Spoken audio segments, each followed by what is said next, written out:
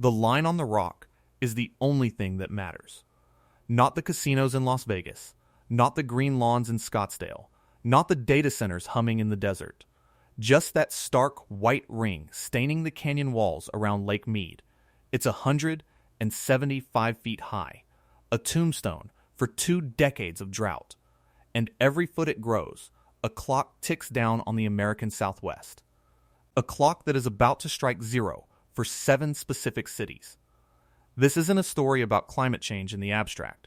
This is a story about a list, a kill list, written in century-old water law, a binding legal order that dictates who gets water and who goes dry, and as Lake Mead approaches the elevations that trigger catastrophic cuts. That list is about to become the only thing that matters.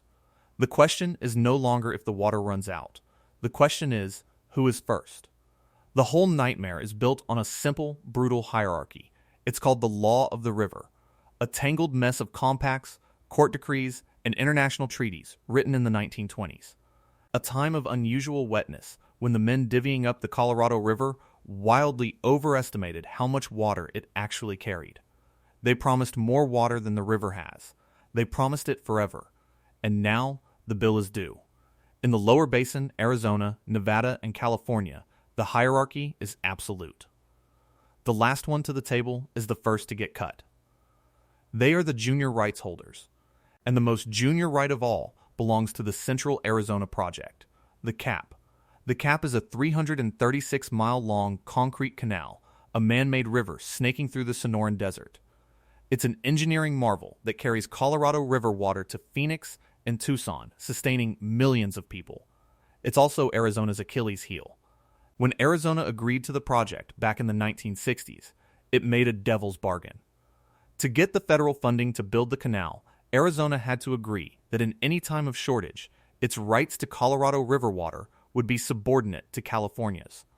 All of California's. They knowingly signed up to be first on the chopping block. But why would an entire state agree to a deal that put a gun to its own head? The political backroom deals of 1968 are a story of their own, a desperate attempt to secure a future built on water they didn't have. They thought the shortages would never come. They were wrong. So, when the Interior Secretary declares a Tier 1, 2, or 3 shortage on the Colorado, it's the CAP that gets hit first and hardest. And we're already deep into the tiers. This isn't a future scenario. It's happening right now. The first victim wasn't a city. It was the farmland that stood in the way. Pinal County, Arizona, between Phoenix and Tucson. For years, it was a sea of green cotton and alfalfa, all irrigated with cheap CAP water. Today, thousands of acres are fallow. The canals are dry. The soil is turning back to dust. The farmers were cut off completely. Their supply was non-existent. A warning shot. A preview of what's coming for the cities. Pinal County was the canary in the coal mine, and it's already dead. This brings us to the first 2 cities on the list, Phoenix and Tucson. They are the primary recipients of CAP water. While they have other sources, groundwater, the Salt and Verde rivers, the CAP is the irreplaceable margin. It's the water that allowed them to grow into the sprawling metropolises they are today. But because their supply is delivered through the CAP, it carries that junior status. Their fate is tied to that 1968 deal. Already, their water managers are in a state of quiet panic. They talk about conservation, about grass removal programs and water banking, and they have been remarkably successful at reducing per capita use. But those savings are being erased by the scale of the cuts mandated from the lake. A Tier 2 shortage, which we have already seen, means a massive reduction in the CAP's total supply. A Tier 3 shortage at an elevation of 1,025 feet in Lake Mead practically turns the canal off. For Phoenix and Tucson, this means activating brutally expensive and politically toxic emergency plans. It means draconian water rationing, a complete halt to new construction, and a recognition that the era of explosive growth is over. The water buffer is gone. They are now living year to year, staring at the lake level, praying for a miracle snowpack 1,000 miles away in the Rockies. But here is where the story gets more complicated. While Arizona's big cities are staring down the barrel of the cap shutdown, there's another group in Arizona that holds all the cards. Their water rights are older than the United States itself. The Gila River Indian community, whose reservation sits just south of Phoenix, has water rights so ancient and so powerful they make California's claims look flimsy. For a century, these rights were just paper. The tribe had the rights, but no infrastructure to actually use the water. The water just flowed past them, down the river to other users. But in 2004, the tribe won a landmark settlement, the largest Indian water rights settlement in American history. It gave them the funding to build canals and infrastructure to finally draw their full allocation. And their allocation is enormous. More than that, it is untouchable. It cannot be cut in a shortage. It is the most senior water, right in all of Arizona. So, as cap water is being slashed for farmers and cities, the Gila River tribe is, for the first time, able to use its full, legally mandated share. This creates a deeply ironic and volatile situation. The very entity with the most secure water is located right next to the entities with the least secure water. This isn't a criticism of the tribe. They are simply claiming what was theirs all along. But it introduces an incredible variable. What happens when they decide to lease that water, or store it, or use it to bring back their own ancestral farms? Their decisions, not the decisions in Phoenix's City Hall, could have more impact on the future of Central Arizona than anything else. An entire city's hopes could hinge on the choices made by a tribal council, exercising rights that were ignored for 150 years. That's the second open question. What happens when the oldest water rights in the West finally come online, right in the middle of the worst drought in 1,200 years? The story doesn't end in Arizona. Because once Arizona's cap allocation is cut to zero, the focus shifts. The law of the river moves on to the next junior. And that is the state of Nevada, specifically the city of Las Vegas. Number 3 on our list. Nevada gets the smallest allocation of any state in the lower basin, a tiny sliver of 300,000 acre-feet per year. To put that in perspective, California gets 4.4 million, Arizona gets 2.8 million. Nevada's entire share would barely keep the fountains on the Strip running, figuratively speaking. The city of Las Vegas and its surrounding suburbs in Clark County account for nearly 90% of Nevada's water use. And 90% of their water comes from one place, Lake Mead. They pull it directly out of the lake through 2 giant intake straws. It is their entire world. It's a city built on spectacle, glittering in the desert, defying every natural law, and utterly dependent on a single shrinking reservoir. Las Vegas, a place where excess feels like a birthright, lives or dies by Lake Mead. They have invested billions in infrastructure to keep the water flowing, including a 3rd intake straw, dubbed the 3rd Straw or Low Lake Level Pumping Station, completed in 2015, specifically designed to draw water from much lower elevations. This wasn't just a contingency plan, it was an admission that the top 2 straws, built at higher elevations, were already at risk.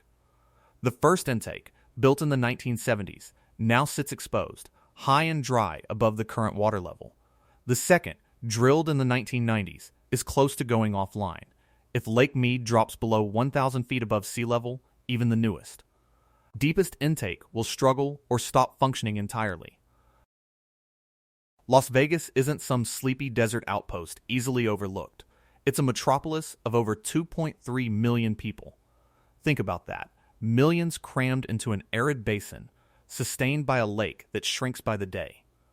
Their water authority, the Southern Nevada Water Authority, has been aggressive, pioneering, even ruthless in conservation. They pay homeowners to rip out their lawns, sometimes thousands of dollars for a few hundred square feet of grass. They've banned decorative turf in new developments. They recycle almost every drop of indoor water that goes down the drain, treating it and returning it to Lake Mead, where they then get credit for it. They are operating on extreme austerity in ways few other cities have dared. Yet their entire existence remains tethered to a body of water that the Bureau of Reclamation now projects could drop below that critical 1,000-foot mark within the decade, maybe sooner. The implications for a city built on constant growth are staggering. The entire Las Vegas economy, dependent on tourism, conventions, and a population that expects green golf courses alongside their casinos, would face an existential crisis.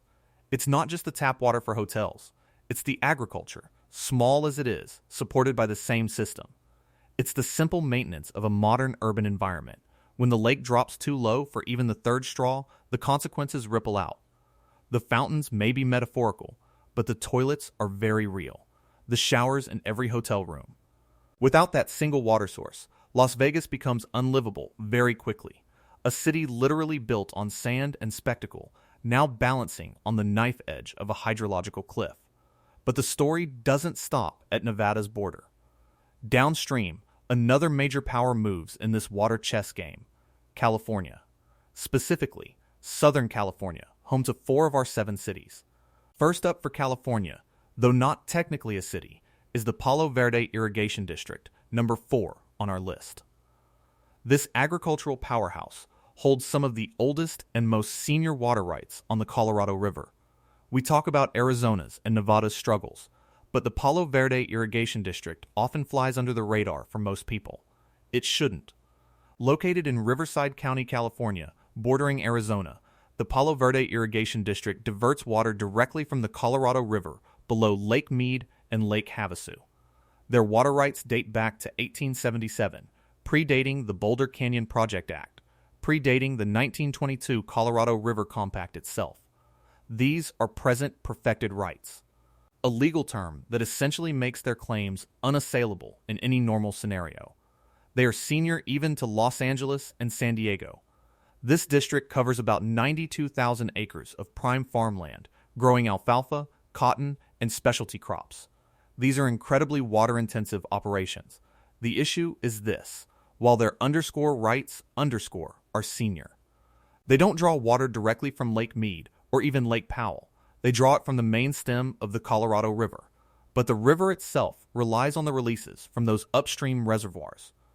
If Lake Mead dips so low that even the river flow below Hoover Dam is severely curtailed, suddenly Palo Verde's senior rights, while legally powerful, become physically impossible to exercise because the water simply isn't there. We're talking about vast fields drying up, billions in agricultural output vanishing, and rural economies collapsing. It's a different kind of crisis than Las Vegas faces, less about urban habitability and more about the food supply chains and the economic bedrock of a region. The scale of their water use is immense. They, too, are beneficiaries of the original, over-allocated vision of the Colorado River. When that vision meets the physical reality of a desert and a megadrought, even the most senior rights holders feel the pinch, even if they're not the first to have their legal faucet turned off. The threat is not legal, it's hydrological. Next, we move to the heart of Southern California, to a sprawl of cities that everyone recognizes. Number 5 on our list, Los Angeles. A city synonymous with ambition, Hollywood glamour, and a history of grabbing every available drop of water it could find. Its foundational story is literally built on diverting water from elsewhere. Famously, the Owens Valley. But for the last century, a significant portion of their water, roughly 25–30%, has come from the Colorado River, primarily via the Metropolitan Water District of Southern California. Los Angeles, with its nearly 4 million residents, sits in a semi-arid desert.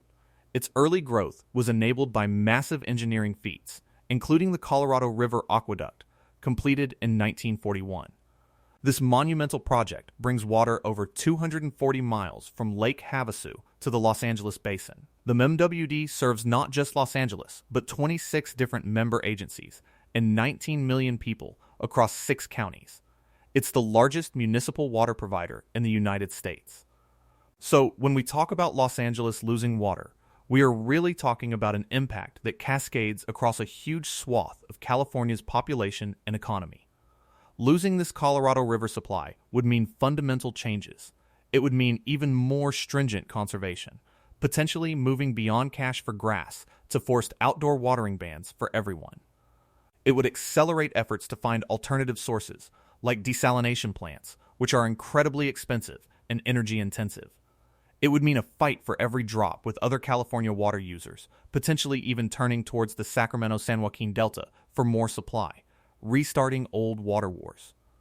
Los Angeles has diversified its water portfolio over time, developing local groundwater, recycling programs, and stormwater capture.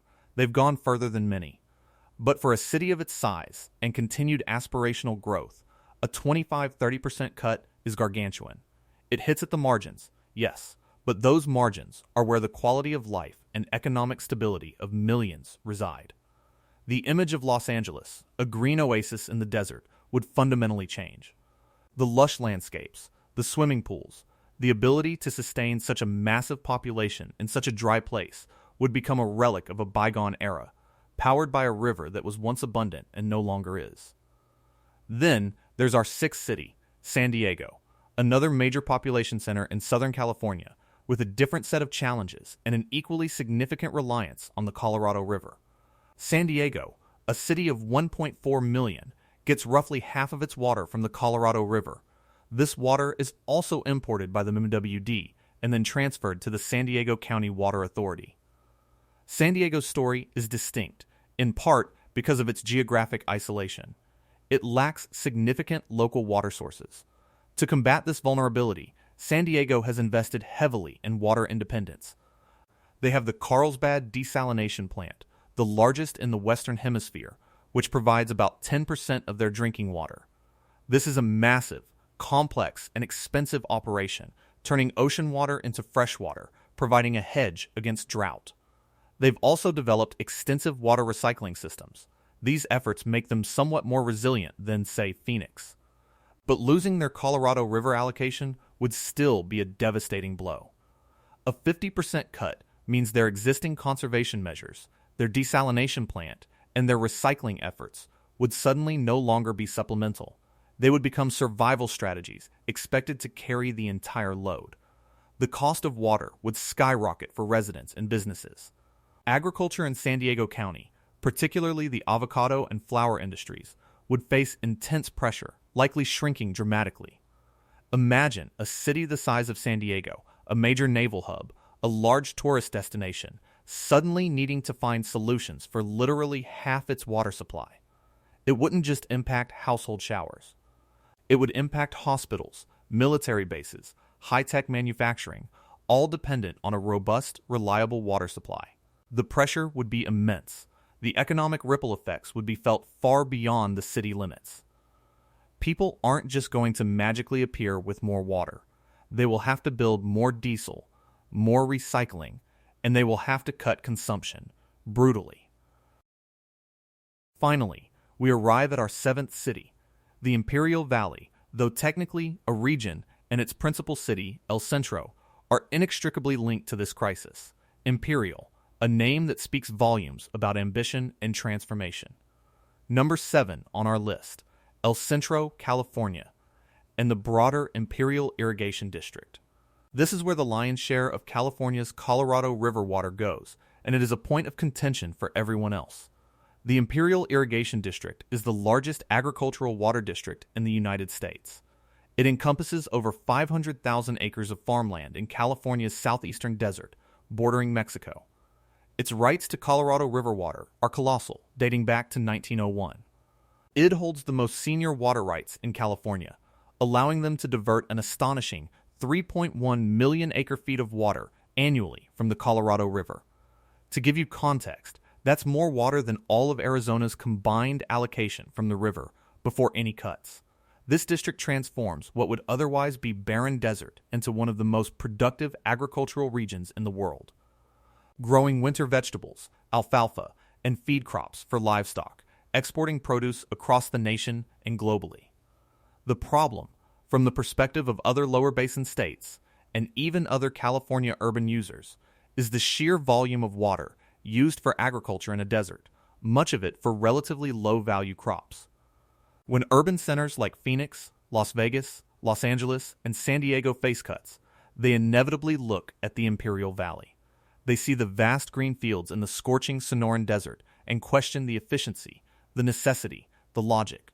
There have been decades of legal battles and political fights over Imperial's water.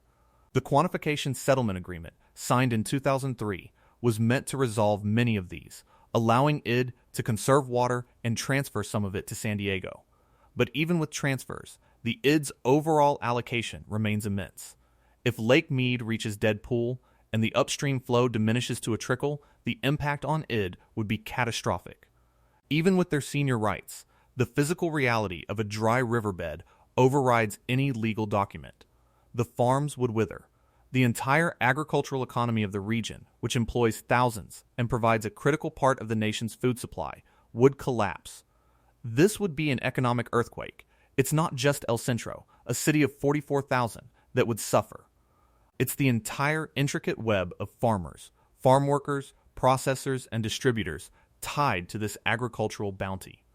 The Dust Bowl of the 21st century. The cascading effects of the Colorado River's decline are not theoretical.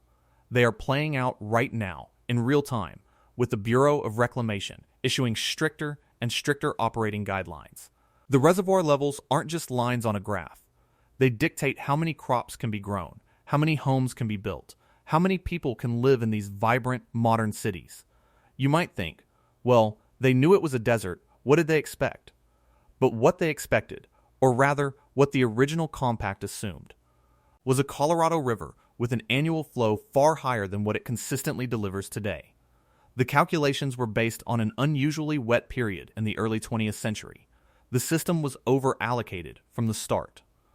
Now, the bill for that historical miscalculation is coming due, exacerbated by a 2-decade megadrought and the undeniable fingerprint of a warming climate. These aren't just weather events anymore.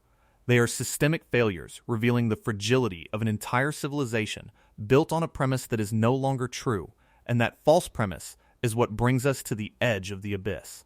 Because when a system built for abundance meets an era of scarcity, the rules, once abstract, become brutal. The question is no longer if sacrifices will be made.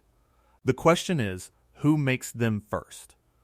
The answer is written in a century of legal documents.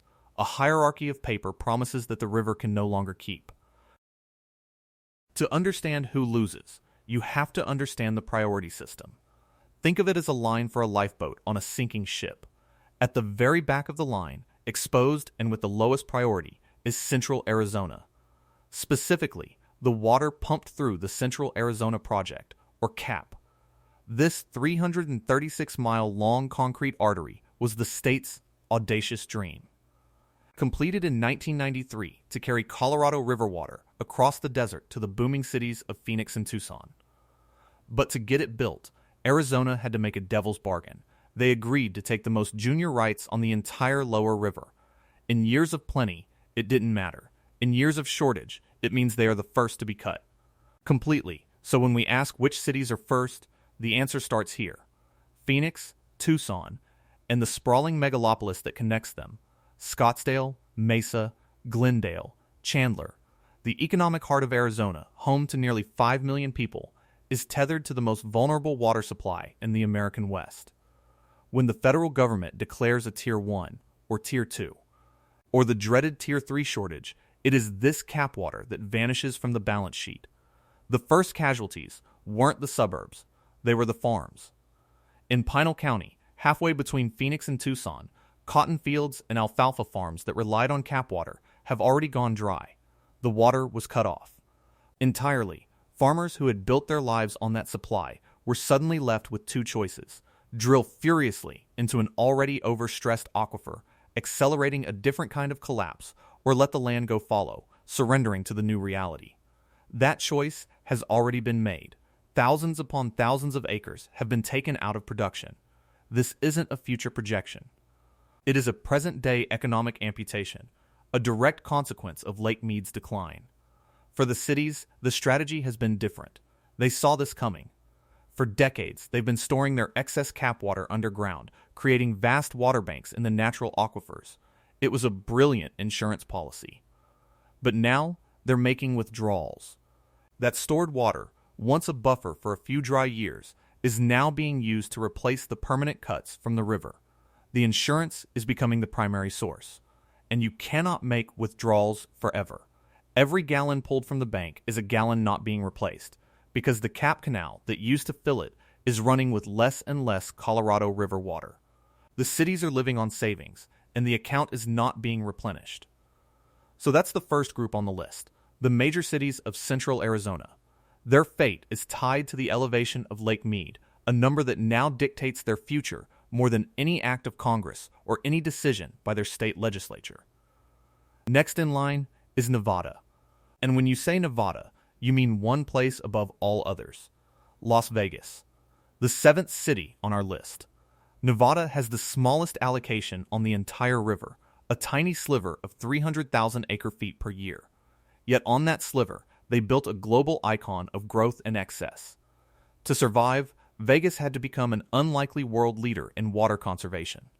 They recycle 99% of all water used indoors, treating it and returning it to Lake Mead. They pay residents thousands of dollars to tear out thirsty Kentucky bluegrass and replace it with desert landscaping. They have an army of water cops policing broken sprinklers. But here is the terrifying paradox of Las Vegas. For all their brilliant conservation, they are the most physically vulnerable city on the river. Why? Because they pull their water directly out of Lake Mead. Their fate is not about legal priority as much as it is about plumbing. As the lake level drops, it threatens to fall below the city's intake pipes. They saw this coming too. In 2015, the Southern Nevada Water Authority completed a project of monumental desperation. Intake number 3. A 3-mile tunnel bored under the lake, connecting to a new intake structure drilled up from the very bottom. It was nicknamed the Third Straw.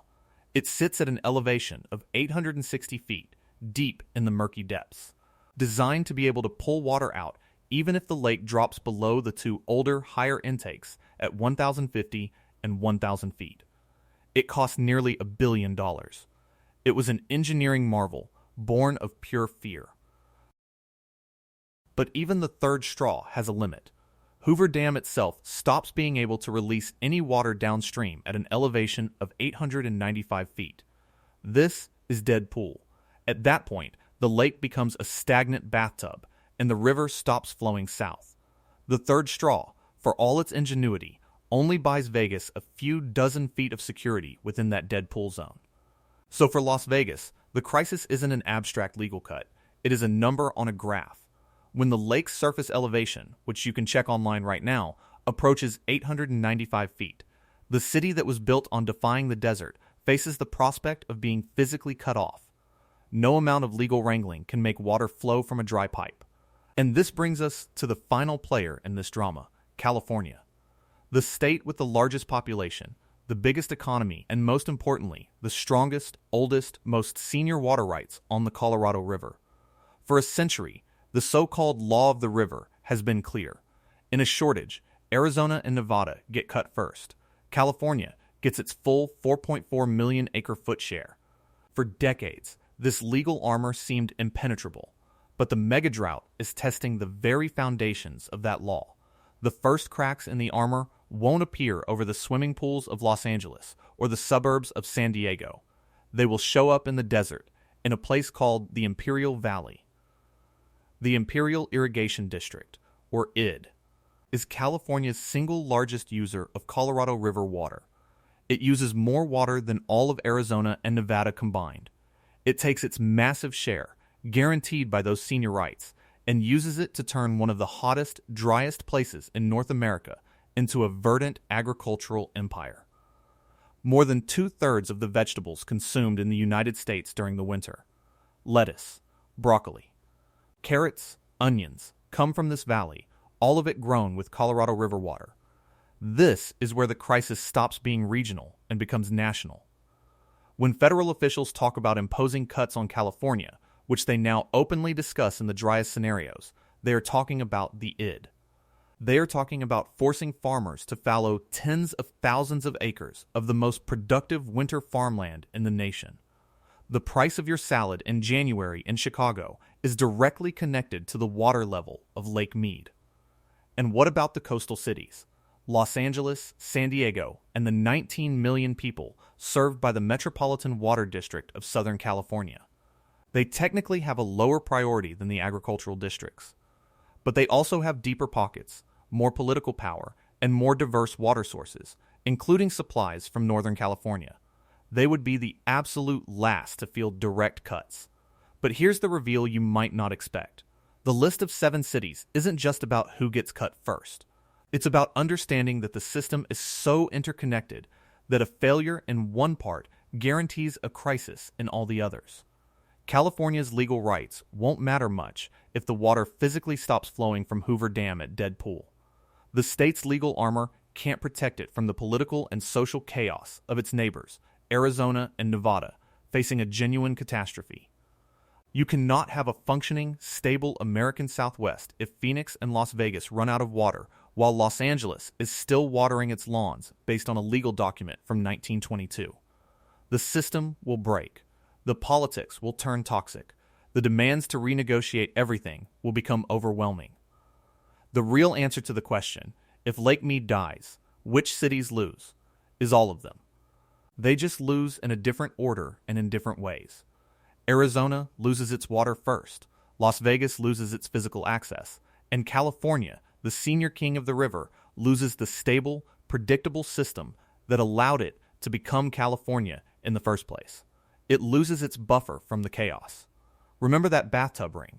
That stark white band of mineral deposits staining the canyon walls around Lake Mead. We see it as a symbol of drought, a measure of what's been lost. But it's more than that. It is a physical timeline of our decisions.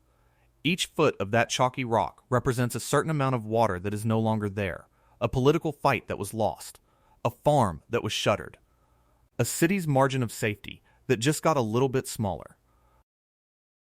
That line isn't history, it is a forecast, a countdown clock rendered in stone. It marks the slow, steady descent towards the elevations where the rules change, where the pipes run dry, and where the century-old promises of a tamed river finally and irrevocably break. The crisis isn't a single event waiting to happen in the future. We are living inside of it right now. The only question is how much further down that white line we are willing to go before we accept that the premise of the last 100 years, the premise of infinite water in the desert, is well